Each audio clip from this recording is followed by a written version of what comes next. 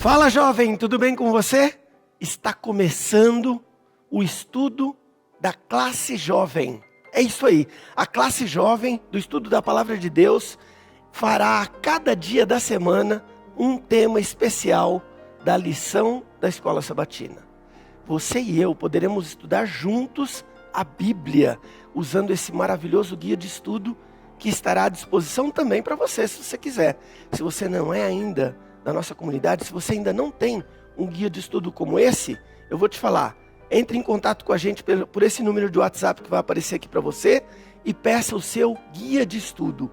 Hoje estamos começando esses estudos. Iremos hoje apresentar 5 temas, mas a partir de domingo, às 7 da manhã, você acompanhará um tema por dia. Eu quero contar com a sua presença, eu quero a sua companhia nesses estudos. A cada dia, a cada momento, você precisa estudar a palavra de Deus. Vem com a gente e Deus abençoe sua vida.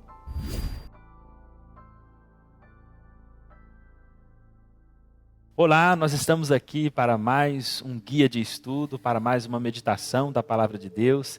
Eu me chamo Eliseu Queiroz e tenho aqui algumas pessoas que também vão participar conosco nesse momento especial.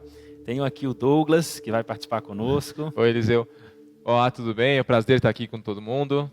E tendo aqui também conosco, temos aqui o Wagner, que está aqui também para participar conosco. Olá, tudo bem com vocês? Vai ser um prazer estudar a palavra de Deus com vocês. Muito bem, nós vamos para mais um momento de meditação, mais um momento estudar um pouquinho sobre a palavra de Deus, onde nós vamos meditar hoje sobre algo muito interessante, que nós temos o seguinte tema a meditar: Criador e mantenedor. Nós vamos meditar um pouco sobre isso. Nós vamos compreender um pouco aqui no Criador que cria todas as coisas e também que mantém todas as coisas. E vamos compreender um pouco mais sobre o grande amor que Deus tem para conosco e ao mesmo tempo a grandeza deste Deus. E a primeira perguntinha que eu quero trazer aqui para a gente poder meditar um pouco, Douglas e o Wagner que está aqui, e para que as pessoas possam também nos acompanhar, traz a seguinte pergunta, ela é muito interessante, quando ela diz o seguinte: o que devemos perceber ao contemplar o magnífico esplendor da criação? Então, Wagner, essa pergunta ela é muito interessante. Então, o que nós devemos compreender, o que devemos perceber quando nós compreendemos ou quando nós contemplamos o esplendor da criação? Comenta um pouquinho para a gente aí. Então, o salmista Davi, ele fala aqui que os céus manifestam a glória de Deus. E ele fala também que o firmamento anuncia a obra das suas mãos. Um dia faz declaração a outro dia, e uma noite mostra sabedoria a outra noite. Sem linguagem, sem fala, ouvem-se as suas vozes. Então ele declara aqui que os céus, a terra, a natureza, declara a glória de Deus, a sua criação, o seu poder, que declara ele como mantenedor e criador. É uma prova do seu poder, da sua criação, que ele é o Deus único. Muito bem, né? Eu acho interessante uma parte do texto que está aqui, que é o texto de Isaías, falando sobre como nosso Deus ele é magnífico e como a criação apresenta este Deus, quando fala em Isaías no capítulo 40, verso 22, quando diz que ele é o que está assentado sobre o globo da terra, cujos moradores são para ele como gafanhoto. A Bíblia fala que ele, Deus, é quem estende os céus como cortina e desenrola como tenda para neles habitar. O verso 26 diz: levantai ao alto os olhos e vede quem criou estas coisas. Quem produz por conta o seu exército? Quem a todas chama pelo seu nome? Por causa da grandeza de suas forças e pelo fortalecer do seu poder, nenhuma faltará. Então, queridos, a Bíblia, ela nos apresenta Deus como sendo o criador de todas as coisas, como sendo o criador do universo, como sendo o criador também deste mundo, deste planeta. E a gente percebe que a criação fala de Deus, a criação demonstra de Deus. Quando nós olhamos uma flor, quando nós olhamos um animal, quando nós olhamos até mesmo o ser humano, mesmo cheio de falhas e defeitos, mas a capacidade que o ser humano tem de invenção, de criação, a gente percebe que um poder maior, um ser inteligente, criou todas essas coisas, a quem nós atribuímos a Deus, né, como Criador. Sim. Então é muito interessante isso, né?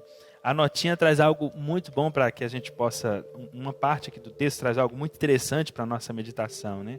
Fala que alguns podem supor que essas grandes criações do mundo natural são Deus, no entanto não são. Já ouviu, Douglas, alguns comentários de pessoas que têm essa religião de que acredita que a árvore é Deus, que o mar é Deus? Já ouviu isso? Já ouvi, na verdade, uma série de vezes. E é interessante você pensar isso, porque nós somos criações de Deus, não Deus. Né? Aqui a gente tem esse paralelo, essa diferença muito clara. Né? E que assim, nós somos criações de Deus e nós somos designados para olhar para Ele. Isso. Para lembrar a todos os outros de que existe um Deus que está lá por nós. E isso é muito interessante. É interessante você pensar no quanto Deus quer que você mostre ao mundo o que Ele faz por você e que Ele criou você. Isso. E que Ele está feliz por ter criado você. Com certeza, né? Então existe essa ideia aí, né, de que tudo que você olha, onde o seu olhar repousar sobre a natureza, existe essa ideia de que não, aquilo ali é Deus, a árvore é Deus, os animais, as plantas. E aí surge até o pensamento de que você também é Deus. Existem algumas doutrinas que falam, olha, olhe para dentro de você, você é Deus, você pode, você é capaz. Então, a gente sabe que não é assim. Nós somos criaturas de Deus, a natureza foi criada por Deus, ela fala de Deus, mas nós entendemos que aquele que merece a adoração é somente o nosso Deus, né? E o reconhecimento por isso. Mas a segunda parte da nossa meditação de hoje traz uma pergunta interessante. E aí o Douglas vai nos ajudar aqui nessa pergunta. Que aspecto da onipotência de Deus nos toca diariamente, Douglas? Aqui a gente tem um ponto muito importante, que a nota ela vem trazendo isso para mim de uma forma muito clara, muito lúdica até, e deixando muito fácil para que a gente entenda. Né? O ser humano e todas as outras coisas, elas não são um relógio. Elas não começam a existir e depois existem por conta própria. Então, você começa a viver e está vivendo por si só. Isso não existe.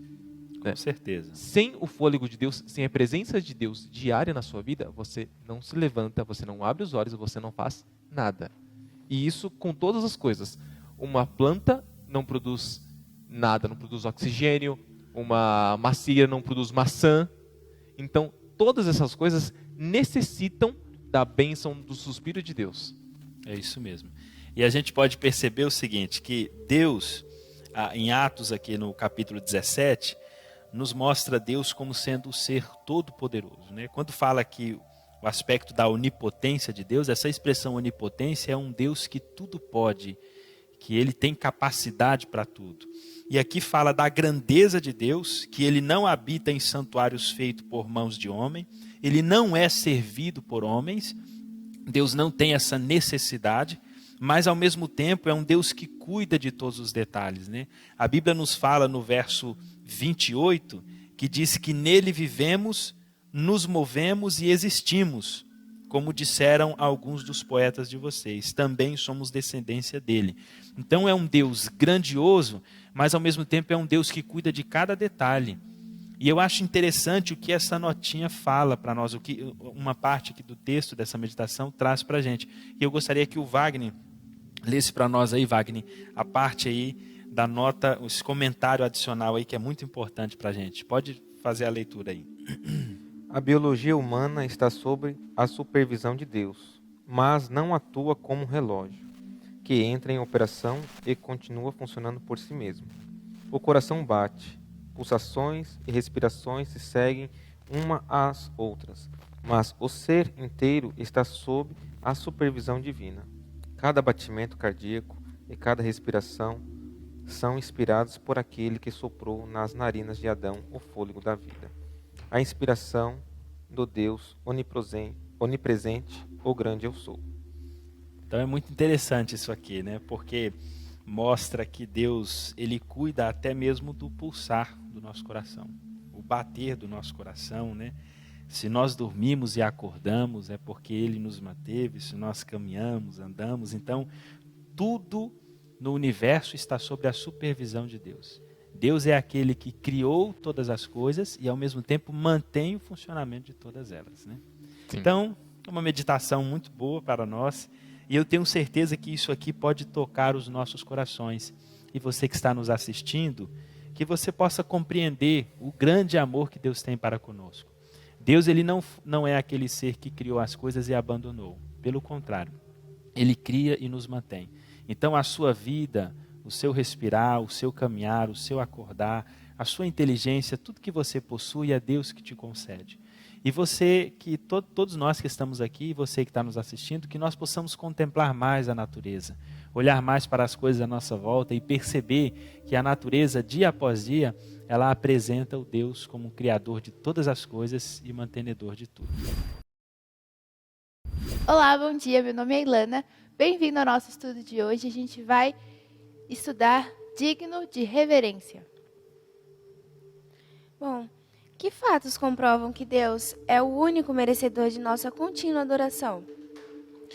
O fato de que Deus é o criador de tudo, né? Ele criou todas as coisas, mantém todas as coisas, né? Criou o nosso planeta onde vivemos e nos criou. Então, ele é o único ser criador. Isso é um fato muito verídico, né? E que mostra que ele é o único que pode receber a adoração. Isso, o texto de Salmos aqui fala que pela palavra do Senhor foram feitos os céus e todo o exército pelo espírito da sua boca.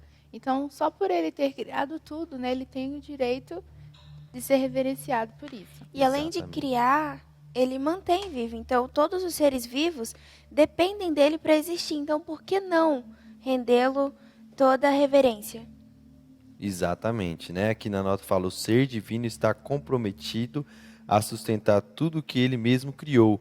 A mesma mão que mantém as montanhas e as equilibra na posição correta, guia os mundos em sua misteriosa marcha ao redor do Sol. Então, não só o nosso planeta, mas todo o universo, né, está em suas mãos. Então, ele é digno de reverência. E ele mantém as coisas grandes e as coisas pequenas. Diz também que ele envia o orvalho, a chuva e o sol, para que a verdura brote e se espalhe como um tapete sobre o solo, para que os arbustos e as árvores frutíferas se desenvolvam e floresçam e produzem.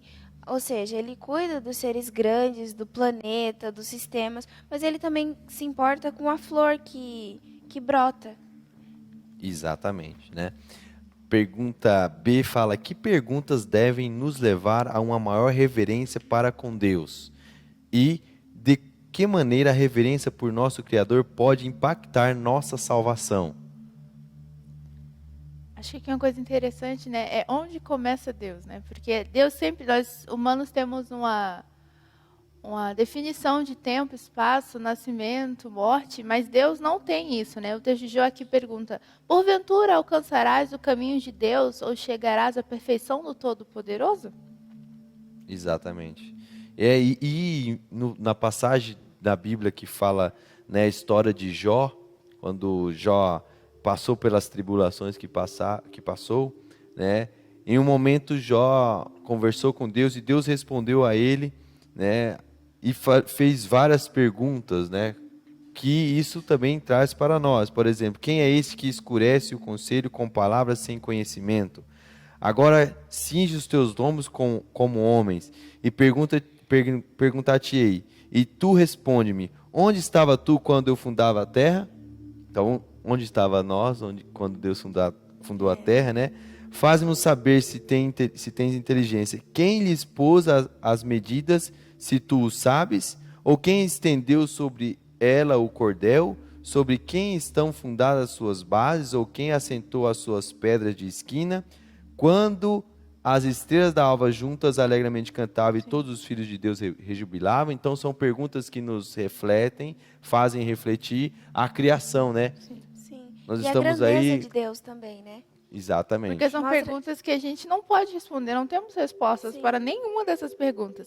O interessante é que aqui, ela não faz esses questionamentos supondo que possamos de algum modo respondê-los, mas nos chama a atenção para os profundos mistérios divinos. E mostra quão finito nós somos, né? E assim exalta a grandiosidade de Deus. Exatamente. né, ainda fala mais de que maneira a reverência por nosso Criador pode impactar nossa salvação. Realmente reconhecendo, né, a grandiosidade do nosso Deus, nós vamos entender que precisamos dele para tudo, que nós não somos nada e precisamos inclusive dele para a salvação. Então, dessa maneira, nós conseguimos compreender a grandiosidade do nosso Deus, né, e o quanto ele é digno de reverência. A nota diz assim: o propósito de Deus é ocultar mais de si mesmo do que aquilo que revela ao homem. Se os humanos pudessem compreender plenamente os caminhos e obras de Deus, não creriam na infinitude divina. O homem não pode compreendê-lo em sua sabedoria, motivos e propósitos. Então, quando a gente entende uma coisa, se torna fácil, algo simples, e a gente acaba perdendo a reverência por essa coisa. E isso não pode acontecer quando se trata da reverência de Deus. Então, por isso que muitas das coisas sobre Ele, sobre seus propósitos, são um mistério para nós. Exatamente. Dessa forma, a gente consegue mensurar, talvez, a infinidade de Deus. Assim, Deus é infinito em poder, infinito em tempo, e dessa forma a gente se submete, sim, e reverencia Deus na forma do seu poder. Sim, por isso apenas Ele é digno de toda reverência. Amém. Olá, tudo bem? Nós estamos aqui para estudarmos o tema de hoje, cujo tema é o verdadeiro proprietário. Eu sou o Rini Ferreira e está aqui conosco o nosso amigo e irmão Wellington. Então, muito obrigado por participar daqui. E um tema muito importante, né? Um tema bem interessante. E é um privilégio, uma honra a gente estar podendo estudar esse assunto, né? Maravilhas. Wellington, quando nós falamos a respeito do verdadeiro proprietário, eu me lembro de uma coisa bem interessante. Por exemplo, lá em casa eu tenho um carro. Só que o carro está no nome da minha esposa. A gente fala que o carro é nosso. Mas o verdadeiro proprietário é quem tem o nome, né? Sim. Então, é o nome da minha esposa que está lá.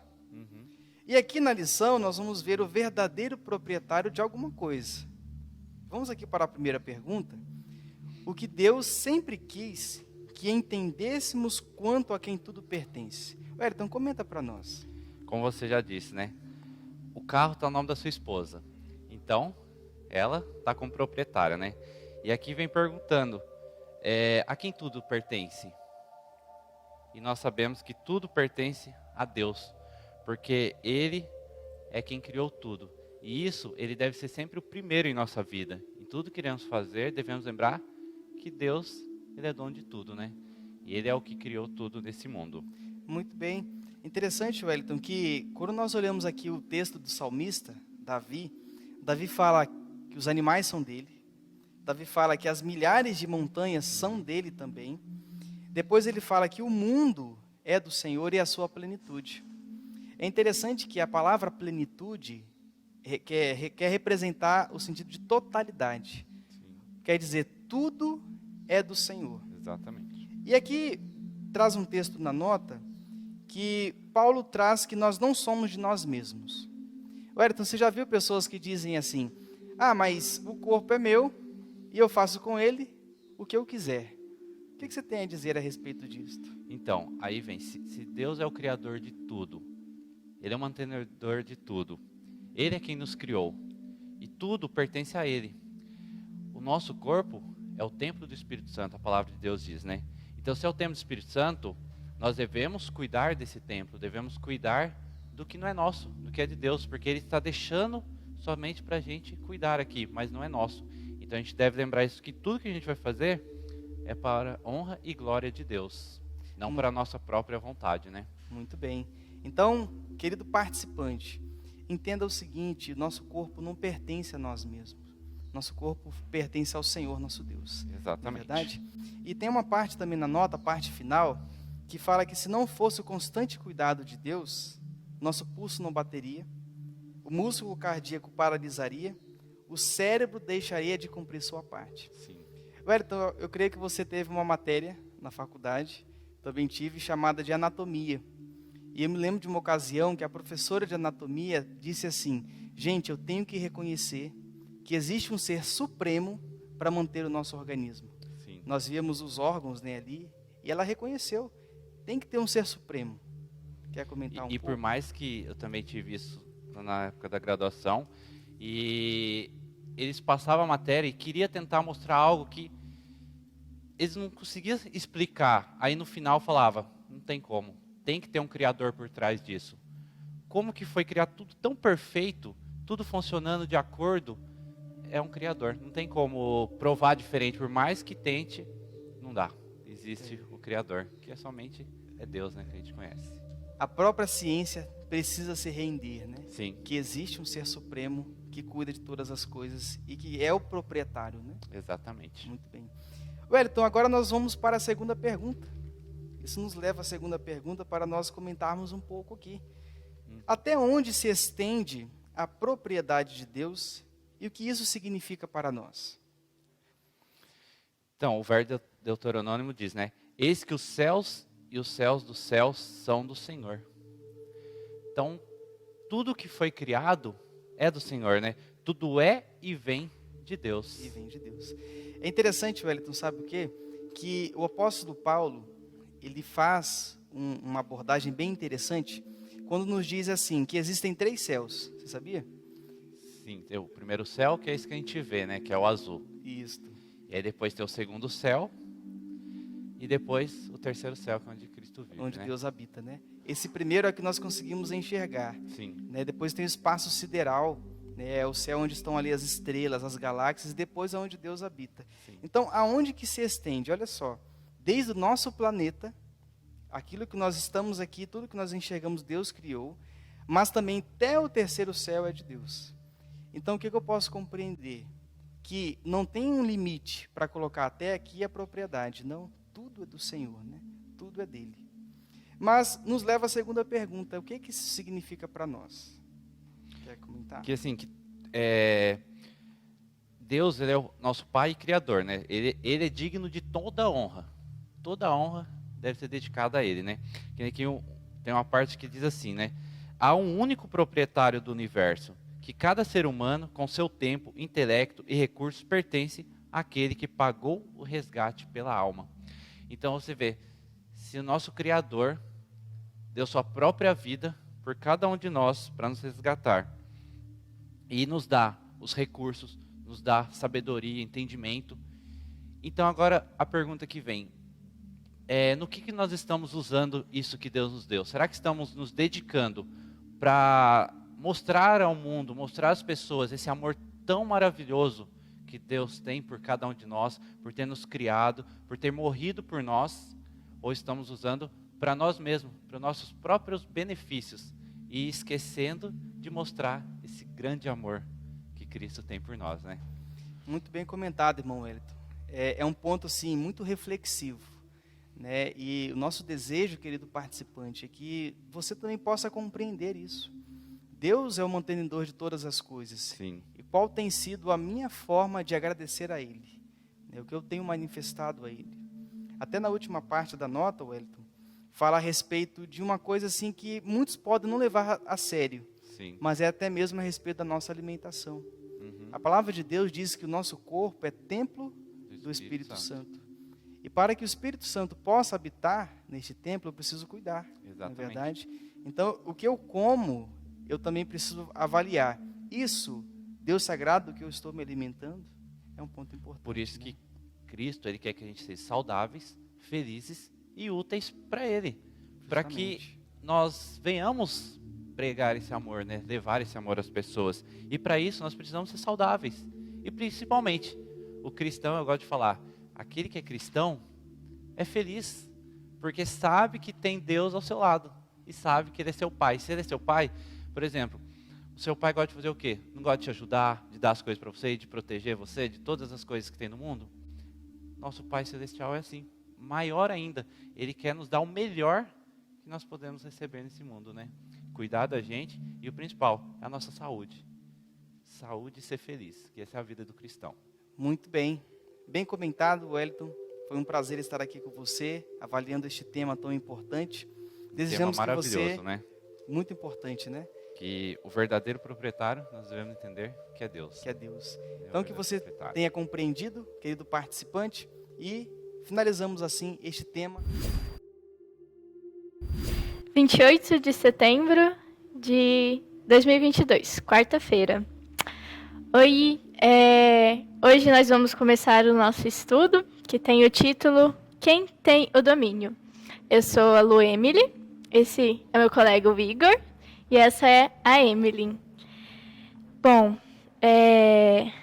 o primeiro assunto aqui vem perguntando a quem Deus confiou o domínio sobre seus bens terrenos.